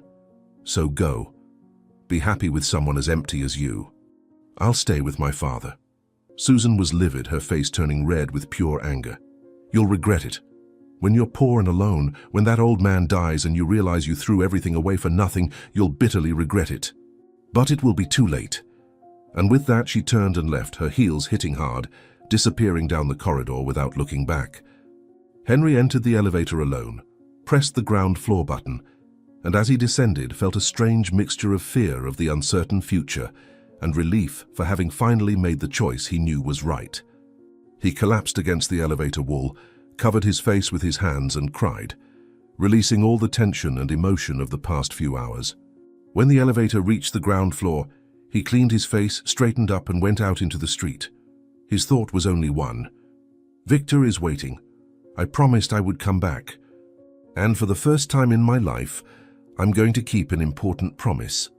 Henry practically ran to the car, shouted for the driver to take him back to the hospital as quickly as possible, and throughout the journey, His heart raced with anxiety and urgency to embrace his father and tell him that he had chosen to stay by his side no matter the cost.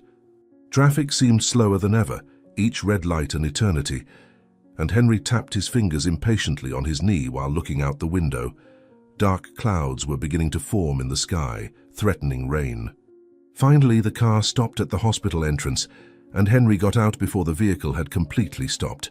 Running through the lobby, ignoring curious looks, pressing the elevator button repeatedly with impatience. When he finally reached the 12th floor, he ran down the corridor to Victor's room, his heart beating so hard it hurt, a smile beginning to form on his face because soon he would embrace his father and tell him that he had chosen correctly. But when Henry opened the door to the room, his smile instantly disappeared and the blood froze in his veins. The bed was empty, completely empty. The white sheets were disheveled and half fallen to the floor. Medical devices were beeping loudly, disconnected.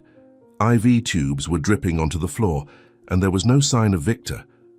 A nurse was in the room in a clear state of panic, speaking rapidly into her radio calling security, and when she saw Henry at the door, her face turned even paler. "Mr. Henry, thank God. I've been trying to call you. It's Mr. Victor." He woke up disoriented about half an hour ago, completely desperate, shouting things about ruining your life, about you not deserving to lose everything because of him. He pulled the tubes from his arm, disconnected everything, and before we could stop him, he ran out of the room. He left barefoot, very weak, staggering. We've already alerted security, but nobody has been able to find him yet. He simply disappeared. Henry felt his legs weaken, and he had to lean on the doorframe to avoid falling. He looked at the bandages on the floor, at the empty bed, and absolute panic took hold of every cell in his body. My father! Where is my father? Where did he go? He spun and dashed back into the corridor, shouting Victor's name, running from room to room, taking stairs because it was faster than the elevator, checking each floor, each corner, each room, but there was no sign of him. Henry reached the main lobby and ran for the exit, passing through the automatic doors, and that's when he felt it, the rain. It had started to fall torrentially, a sudden and violent storm exactly like the storm on the night he was born, and out there somewhere his father was alone, sick, barefoot, running away because he thought he was ruining Henry's life.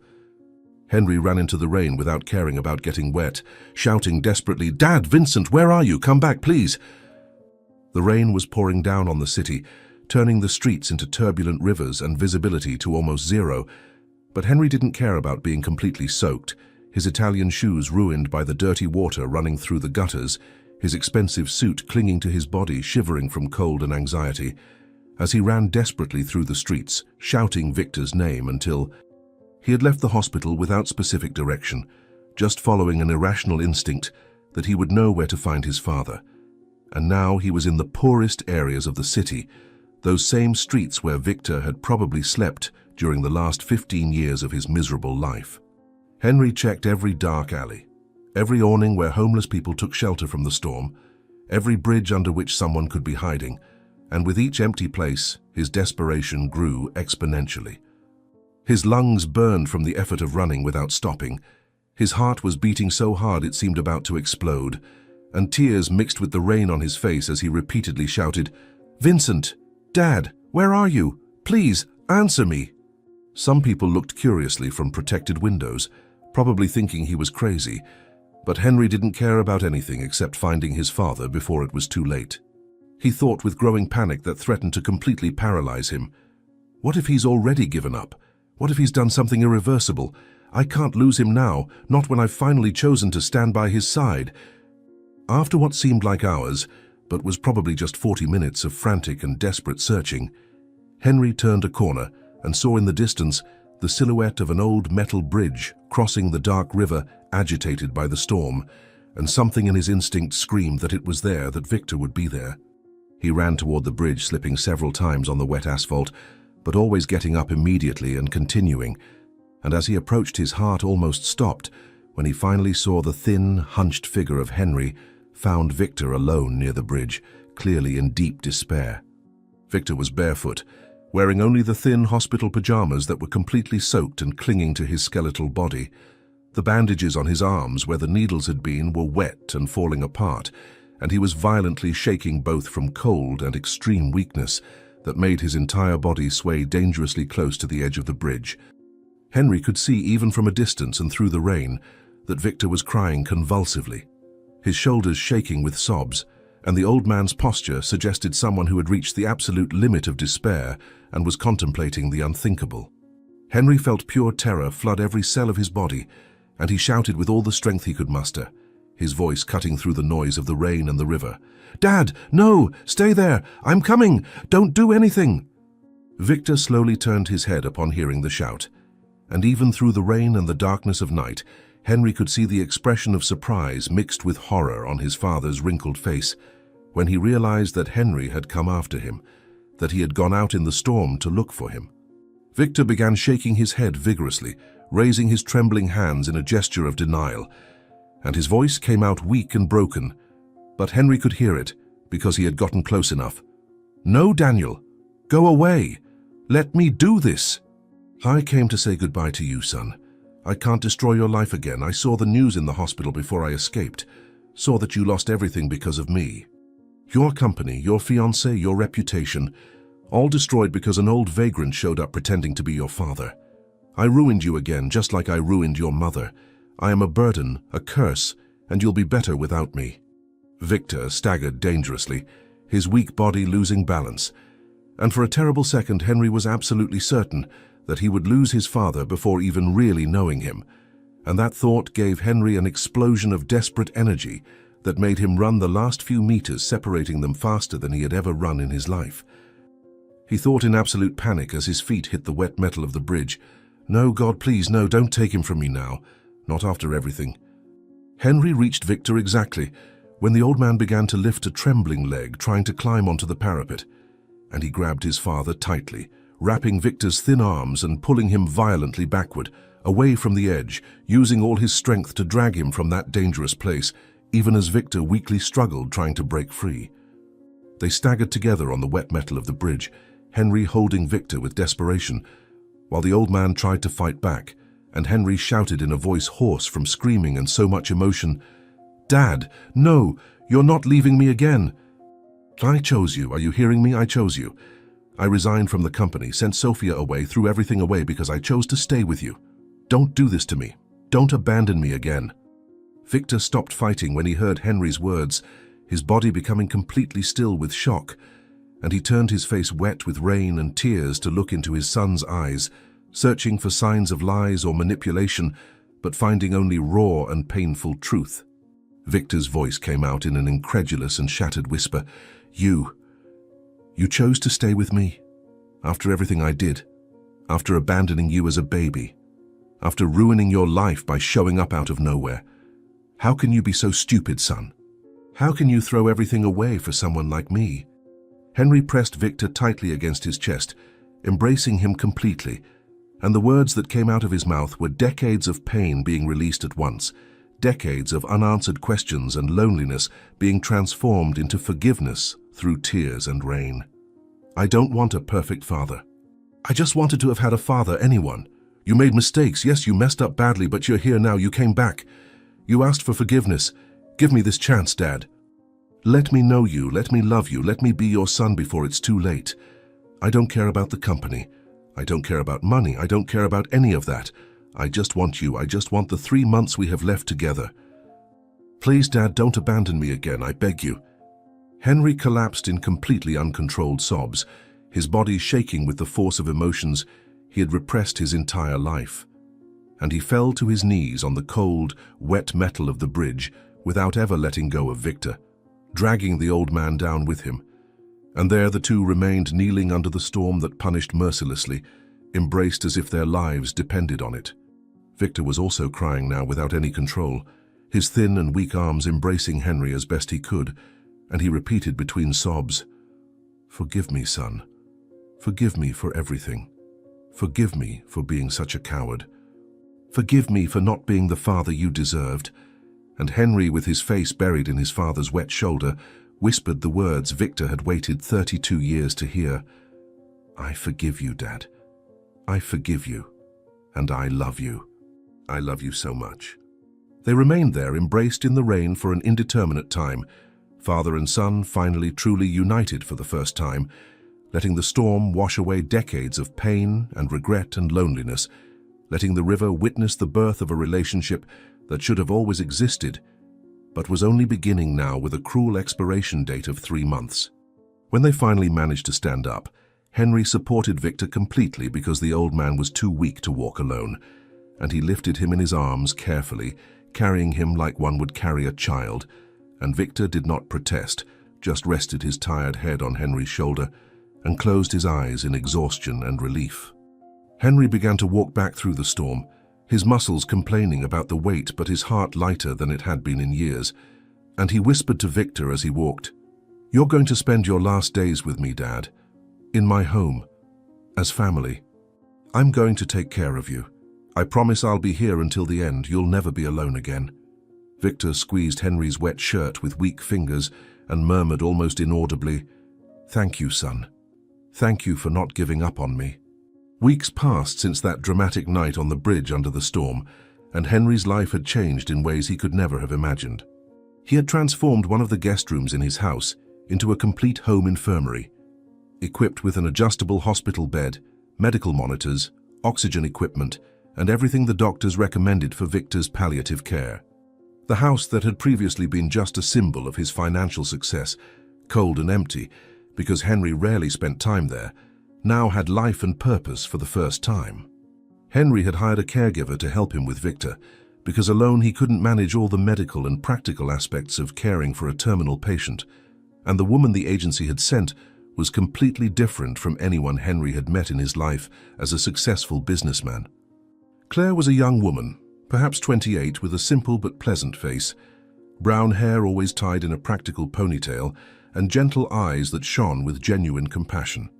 She wore no makeup, didn't dress in expensive clothes, had no obvious material ambitions, but possessed something that all the rich and successful people Henry had known didn't have: an immense heart and a natural kindness that manifested in every small action.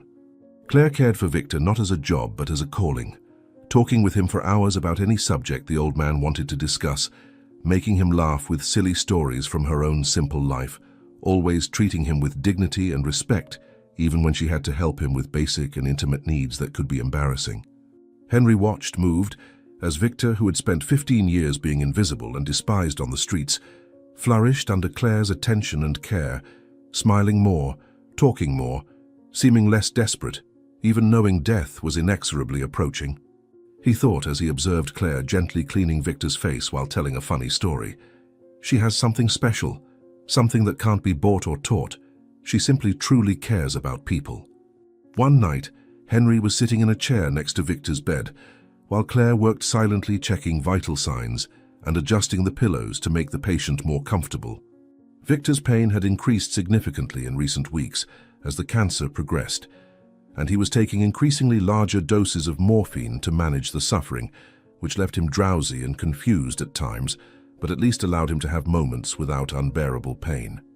Claire began to delicately clean the dressings on Victor's arms, where the intravenous access left marks, and while she worked, she softly hummed a gentle melody that Henry didn't recognize, but had a comforting and maternal quality. Victor, who had been with his eyes closed, seeming to sleep, slowly opened them and observed Claire working with an expression of deep gratitude, and then he turned his head slightly to look at Henry sitting beside him. His voice came out weak but clear when he whispered loud enough for both to hear, "This young woman, she has the heart your mother had. Real kindness. Kindness that needs no reason or reward. It just exists because it's part of who she is." Claire stopped working for a moment, her cheeks blushing slightly with the compliment, and she smiled timidly at Victor and then at Henry, before returning her attention to the dressings. Henry looked at Claire with new eyes, truly seeing her for the first time, not just as a hired employee but as an extraordinary person, and something stirred in his chest, something small but real, a spark of possibility that he wasn't ready to name, but that he recognized as potential for something significant. He thought, surprised at himself, she is different. Completely different from Susan, completely different from any woman I've ever known, and maybe, just maybe, different is exactly what I need. In the early morning hours, Henry was sleeping deeply in his room for the first time in weeks because Victor had had a relatively good day and the doctors had adjusted the medication so the old man could rest comfortably through the night.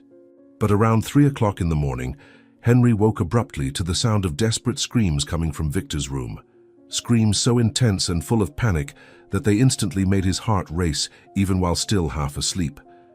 He jumped out of bed and ran barefoot down the hallway, crossing the distance to Victor's improvised room in seconds.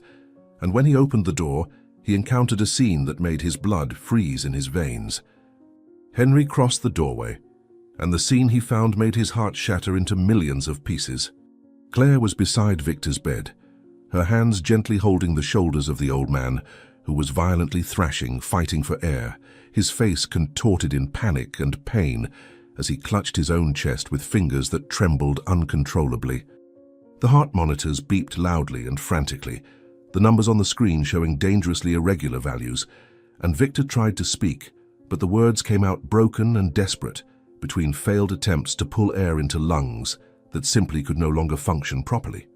Claire had tears streaming down her face, her professional caregiver expression fighting against the human emotion of witnessing someone she had learned to love slowly dying in front of her. And when she saw Henry standing at the door, her voice came out trembling, laden with grief. "Henry, it's a severe respiratory crisis. His lungs are failing because of the cancer progression. I've already called the doctor, but he said there's nothing we can do except increase the morphine to ease his suffering. He's leaving, Henry. You need to say goodbye now while he's still conscious." Victor turned his head toward Henry with immense effort, his brown eyes wide with fear and need, and he extended a trembling hand toward his son while his voice came out in a hoarse, desperate whisper. "Can't breathe. Daniel, my son. It hurts so much and I don't want to go yet. Not before saying everything I need to say." Henry crossed the room in 2 long strides, practically throwing himself on the bed next to his father, grabbing Victor's outstretched hand with both of his and squeezing hard as if he could transfer his own life force into the old man's fragile, dying body. Tears exploded from Henry's eyes with no control, streaming down his face and falling onto the white sheets, and his voice came out in a desperate, broken cry. "I'm here, Father. I'm here and I won't leave. You're not alone. Don't leave me." "Please, Father, don't leave me yet. I'm not ready to lose you. We didn't have enough time." Claire discreetly increased the morphine dose in the intravenous access, and gradually, Victor's breathing became a little less desperate, the pain in his face slightly diminishing as the medication began to take effect. But everyone in the room knew that this was only temporary relief, that the inevitable end was coming, not in days or hours, but in minutes. Victor squeezed Henry's hand with what strength remained in his fingers, and when he spoke his voice was weaker, but also calmer, accepting the fate that could no longer be avoided. "Son, listen to what I have to say, before it's too late. You need to know some things I've carried in my heart all these years." He paused to gather strength, each word costing immense effort, and Henry leaned closer, holding his father's wrinkled face between trembling hands. "I'm listening, Father. You can speak. I'm here." Victor closed his eyes for a moment, tears escaping through his closed eyelids and sliding down his temples, and when he opened them again there was peace mixed with deep sadness. You were my greatest pride. All these years I spent watching from afar, seeing you grow and become this amazing man, strong, successful, kind, despite all the suffering I caused you. Each of your achievements was my achievement too, even if you didn't know it. Every time you helped someone, every time you fought for something just, I felt immense pride knowing that wonderful man was my son, had my blood, even though I had done nothing to deserve sharing that connection. Victor sobbed quietly, squeezing Henry's hand with surprising strength. "I didn't deserve your forgiveness, Henry. I didn't deserve you throwing your life away to stay by my side. I didn't deserve these wonderful months we spent together, laughing, talking, finally getting to know each other. But thank you. Thank you from the bottom of my shattered heart for forgiving me when I didn't deserve it. Thank you for loving me when it would have been much easier to hate me. Thank you for letting me be your father, even if for such a short time, even if at the end of everything. You gave me the greatest gift anyone can give, the chance for redemption, The chance to leave this world knowing I was loved and forgiven despite all my horrible mistakes.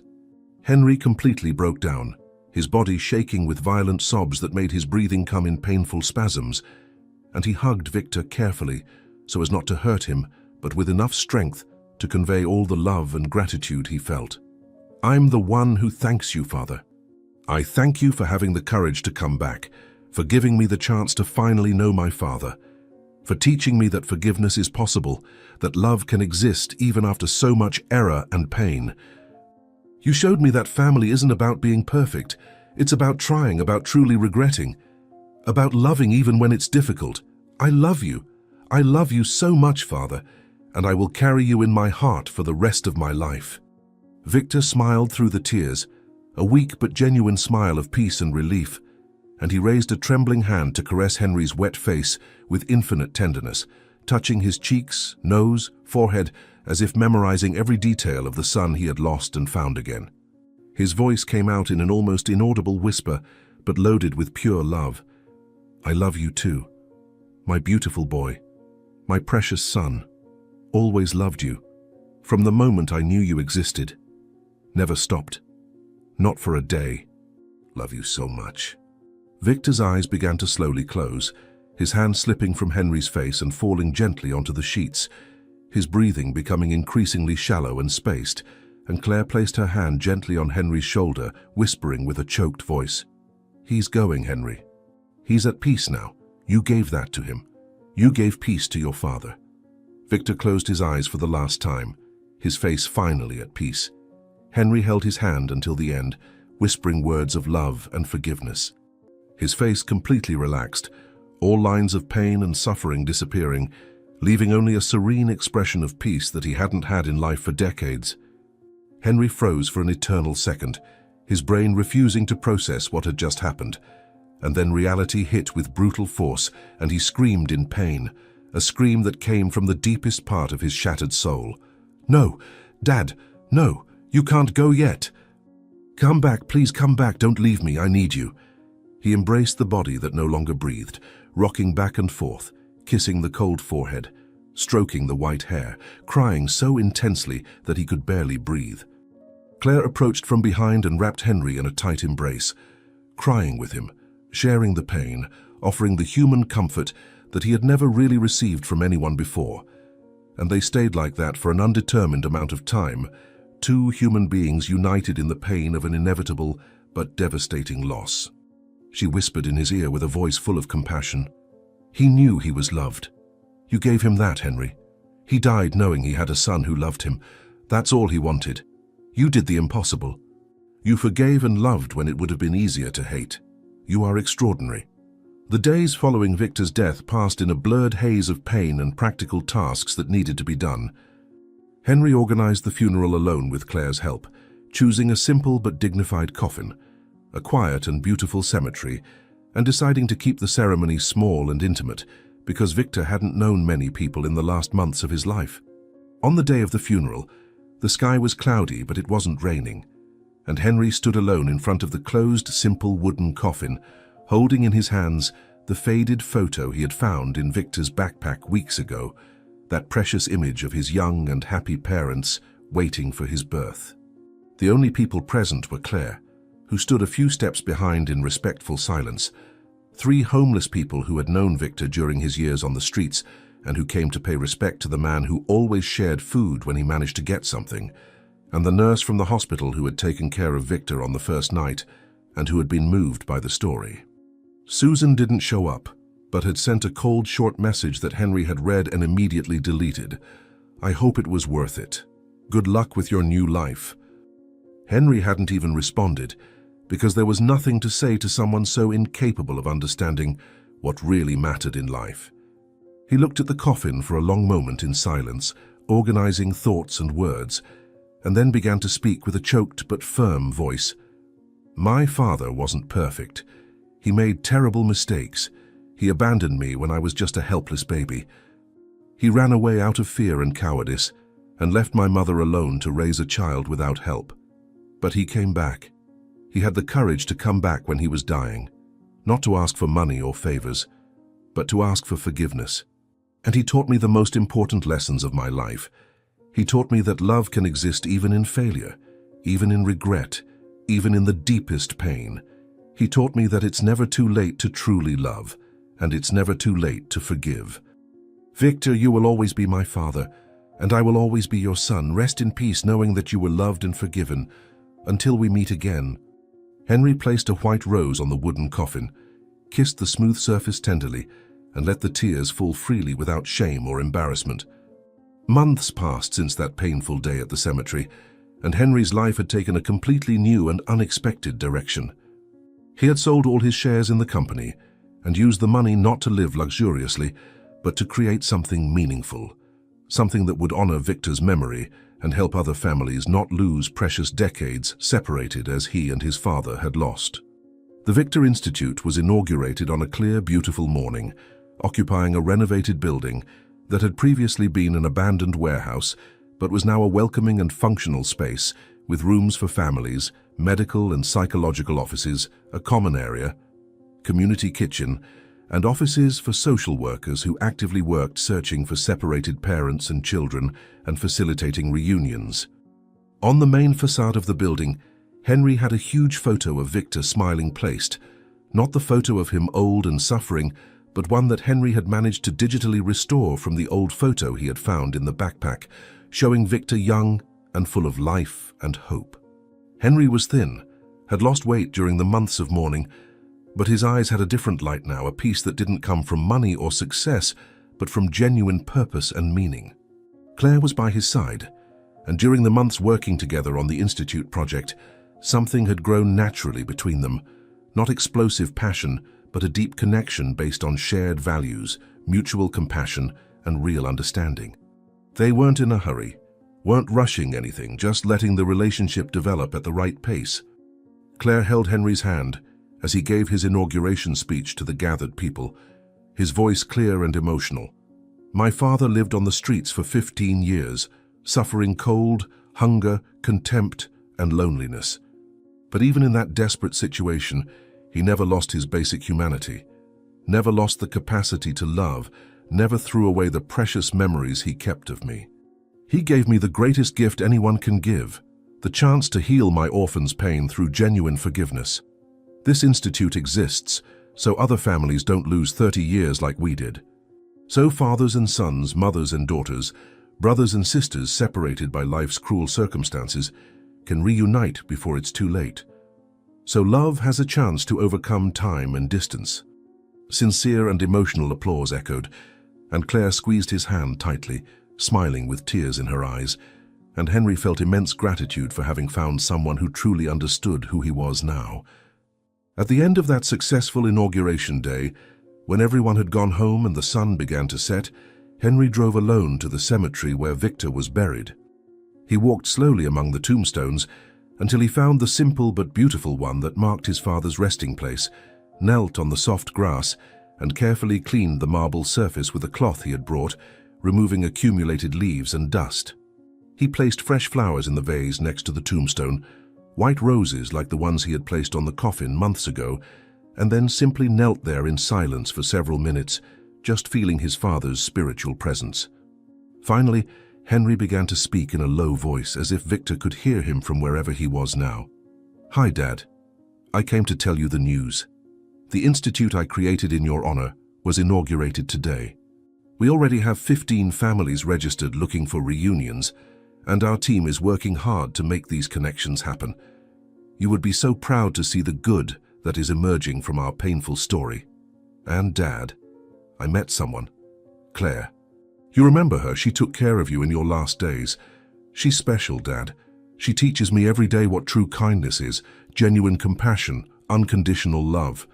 She makes me want to be a better person. I think I'm happy, Dad. Truly happy. For the first time in my life, I'm not chasing success or approval or money. I'm just living, loving, trying to make a difference in the world. And that's enough. That's more than enough. A tear rolled down Henry's face, but it wasn't a tear of pain, it was a tear of gratitude. Thank you for coming back, Dad. Thank you for giving me the chance to forgive you and to love you. Thank you for teaching me that family isn't about perfection. It's about love even when imperfect. about trying even when it's difficult, about forgiving even when it hurts. I love you, Dad. I'll always love you, and I'll make you proud of me. I promise. Henry rose slowly, touched the tombstone one last time with love and reverence, and walked toward the cemetery exit where Claire was waiting for him, leaning against the car, smiling softly when she saw him approach. He hugged her, and together they walked to the car, ready to move forward with their lives, carrying Victor not as a weight of regret, but as an inspiration of redemption. Henry had finally found his place in the world. Did you like Henry and Victor's story? Then subscribe to the channel, leave your like, and comment where you're watching from. Oh, and there's another story waiting for you here on the screen. Click there and I'll be waiting for you.